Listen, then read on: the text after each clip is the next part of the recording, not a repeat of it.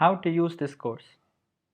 For beginners who want to understand about GMAT, this course will provide the basic understanding of the GMAT exam. It covers the exam structure, the exam pattern, and gives a detailed explanation about the unique adaptive test format that GMAT follows.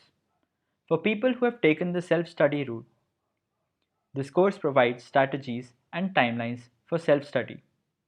I have also included a self-analysis sheet to track your progress in the preparation, which will help you identify your weak areas so that you can improve on them.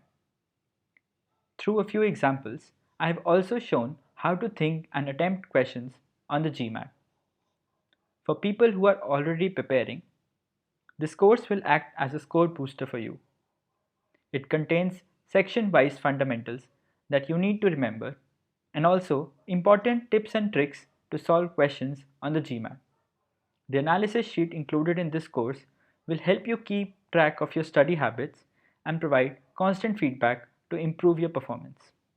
Not only that, I have also included revision notes that I created for myself when I was preparing for the GMAT exam.